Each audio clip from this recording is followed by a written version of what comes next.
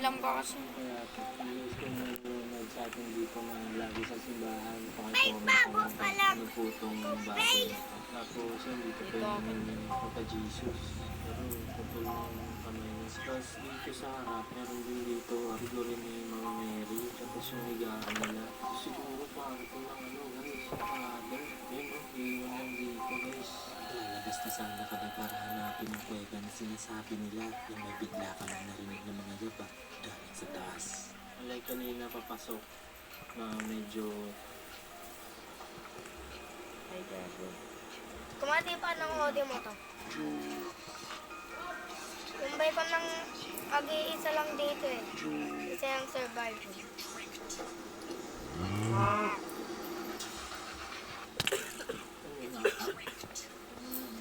Kumati, ilang buhay ng awit?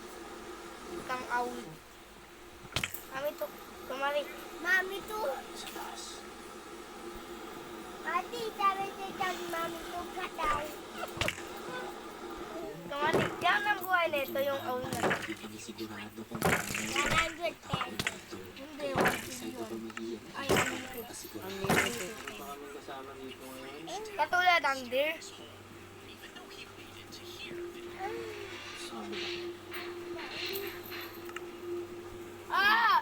Mas lalo kami kinagutom dahil nandito kung paano ibig sabihin posibleng sa tao ang gagaling ng tunog.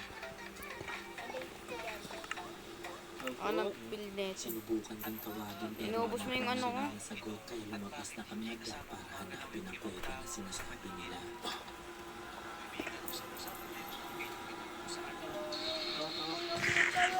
Inubos mo ano ko. Oo, ano? Sa mga bato? Dito sa labas mayroon kami makitang mga kandila sa bato. Ate, gusto mo makita ng Oh my God, shucks. Kasi kaya yun? Lutas. Tabang butas. Oh my God, Pati yung look. butas dito. Di ka na yung daanan na kuweba. Kasi yung mga Antay ka kandila, lang. pupunta siya dito. Look, ito na. Namin ang daanan, biglang nangyari ito. Ito na talaga. Wait. Oh, ito ang papa useless. Maganda na to. Ang EMF habang palabas kami. Maantay mo, At ano, tinupit ako sa may bandang gubat. Maganda. Ilaw siya dito. OMG, tama mo Yeah. ito. Ayan. Bastos ha. Mahilig sa gitna ng gubat. Bastos yun. Dito siya yun. Umipitik siya. Kaya paano ang EMF na parang may tinuturo sa amin at nang inilawan namin ito. Ooh! There's no point. Ayun na. Paano mo? Dito nga yun. Yung kuweba guys. Lakas oh. May pitik siya dito. Nasa gitna pa rin ng Natin kung mawato sinasabi nila. 5 Yung gano'n, tapos try natin mag-investigate dito. Wala pala yun. Sa labas siya ng sa labas siya ng simbahan. Kaya wala akong nasasagap yun. Pero dito yung tumatay na naman balibo. ka. Tatapupo. Kaya tinawagan namin ang gamit para makapagsimula na mag-imbestiga. Pero bago makapunta sa kuweba, kailangan namin dumaan sa gubat. Ano dito? Yan o, kumain. Kasi mga tao, diba? Nandito mga gamit, guys. Dog. Chicken. Chicken jockey. So, ako muna papasok guys kasi medyo delikado yung lugar. Tsaka dito na dito. Yan, medyo Meow! pakit. Tama ko, meow. Ay, Wabit! hirap na makyat dahil bukod sa matarik ay medyo madulas at madilim sa lugar na to. Labakas! Wait lang. Wabit. At pagsilip ko sa taas, ito ang tumapit Labakas sa sa akin. tunod sa tulit. Labakas. Guys, ito mga kuweba. Dog. Chicken jockey. Isang malawak at madilim na kuweba sa gitna ng gubat. Malawak dito sa loob. Pero rebulto din. Pero parang siyang nangyari or pangdiwata. Yung rock formation niya sobrang ganda. Pandak. Pero yun nga lang, medyo delikado magpumasok dito. Kasi Ay, panto. meron ako napansin mga butas at hindi malabo na pinamahayan ito ng ahas. Kaya binisan ko na at bumaba na agad para masimulan na ang investigation.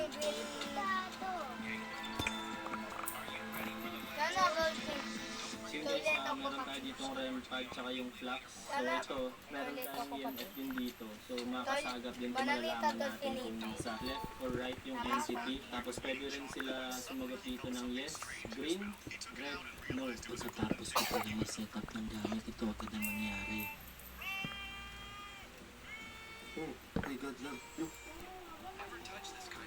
Sa kaliwa siya. Baka magtatanong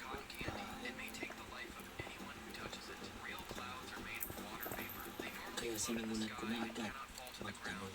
Kung meron akong espiritu o elemento na kasama dito, pwede niyo bang patunogin ang mga dala kong gamit dito? Pwede niyo rin po gamitin yung flux. Kung oo, green. Pwede niyo pailawin yung green.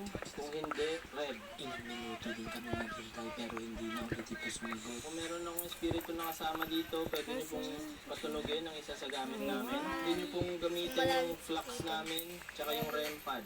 At Si Malupiton. ako magtanong pero hindi tumutunog ang mga gamit.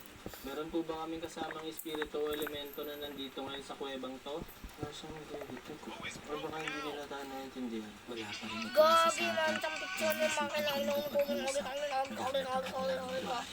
pwede namon mabalaan kung may espiritu kami nga ari nga upo na ari dito.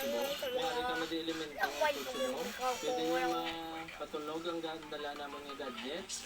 Bisan isa lang di sa duwa. At ilang segundo lang ang makalipas ng una kong tanong gamit ang kanilang lingwahe. Ito agad ang nangyari.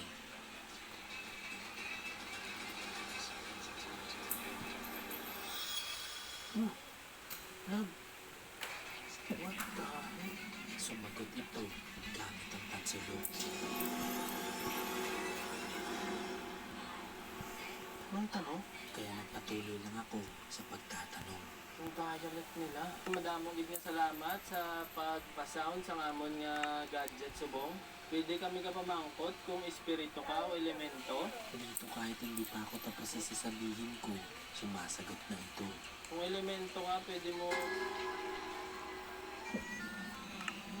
Red, may elemento. Hindi pa ako tapos sasabihin ko pa lang kung espiritu, green, kung elemento, red. At maya-maya lang, bigla kong napansin ang red pad. Love, pumipitik din yung ano. Pero hindi siya tumutunog. Ayun, pumipitik siya. Kasi mo love. Kaya kinumpirma ko kung sila ang gumagawa nito. Ikaw na yung kapasigas ang amon nga REM pad. Kung ikaw ang kapasigas... Yes. What the heck? Grabe yun. Kumpirmado na meron nasasagap dito. Kaya nilabas ko agad ang deadbed. Kailangan natin yung deadbed. At ang isa-set up ko pa lang ito, bigla itong pinatunog ang REM pad. Okay. Dito siya. Rob! Uy. The 30. Doon matabi sa hig. Natin dito yung deadbed. Pwede mo ni gamit pa lang deadbed yung ari di subong. So, kung ari ka di subong, gusto ko lang magtrabaho, pwede mo pa tunugon ang deadbed nga talaho. Dito na kami kinilabutan dahil nagtutugma ang timing ng sagot nito sa mga tanong ko. Ikaw din guys, star sa kuweba ngayon eh. Pwede ko mabalaan kung pila ka mo di kabilog.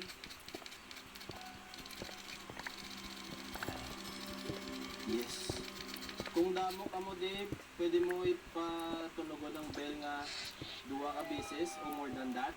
Kung isa ka lang di, sa ka beses, kung damo ka mo, 2 o sobra.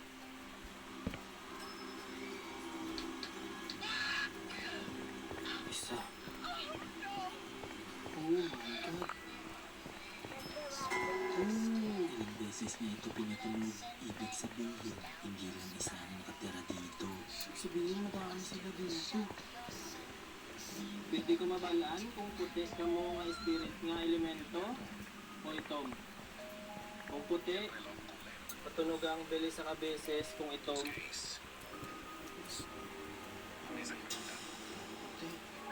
Tinanong ko kung nagambala namin sila dito.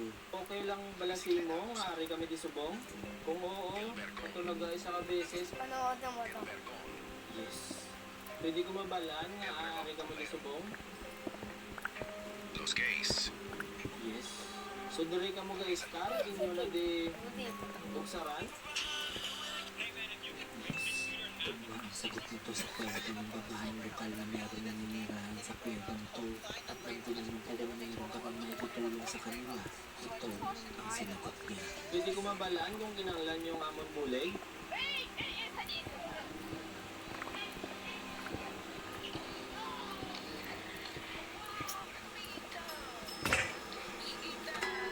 Dalawa, ay nalong.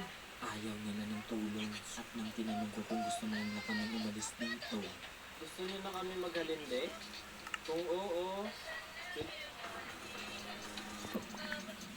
klaro na ayaw nila kami dito, kaya lumabas na kami agad bago pa may mangyari hindi inaasahan. Ang mga ng sekretong pumapalot sa lugar na to ay nananatili pa rin. Misteryo. This year I'm trying to reach 1 million subscribers and sana mapasubscribe kita.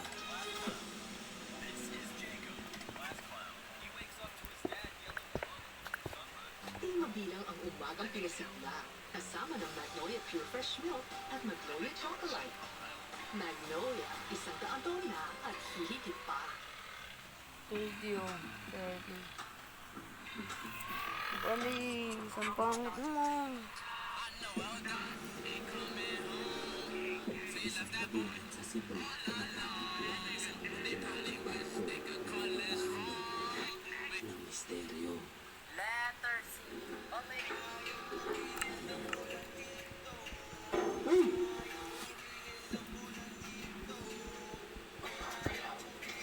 Oh.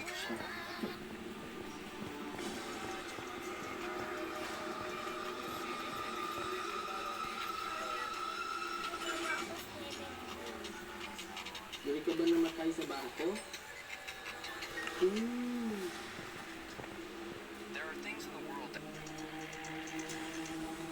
Try not to see challenge. Your strength Oh, Kailangan na lang siguro lang kami ng ilang araw para sa biyahe. Ilang uy, oras Caleb, ano ba? Ano ba mo? parating sa Visayas.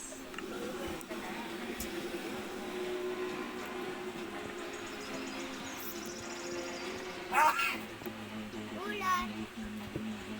Oras papunta sa kabilang dulo at Matyaw. papunta sa isla ng Panay.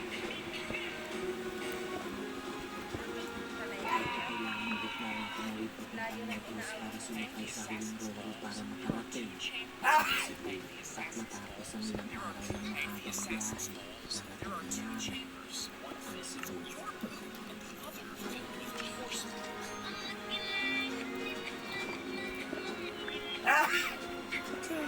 Sila ganyan.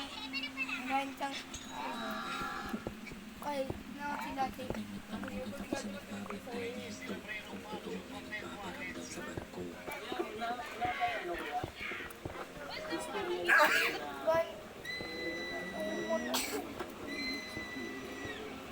Ano may nasiksik, no? Ano matay? Anong kinamatay niya? Ano ko na sila? Ay, nalaglag. Merong tumatakbo dyan? Takbo? Wala pa yun. Isa daw sa nagpaparamdam nito ay ang taong pumanaw dahil sa pagkahulog sa barko. Mag-isa ako naglilibot dahil hindi kinaya ni Bea ng biyahe, kaya pumasok na ako agad bago pa lumalim ang gabi.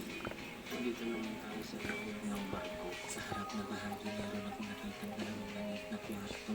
Siguro yung machine na yung bababa ng pintuan dito kung saan dumadaan yung mga sasakyan. Tapos sobrang dilim dito guys. Kung papating ko yung ilaw dito.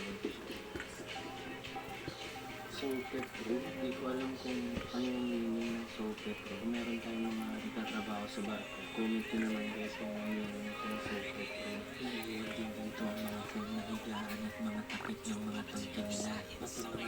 sa mga nagtatrabaho sa barko, nandito pa.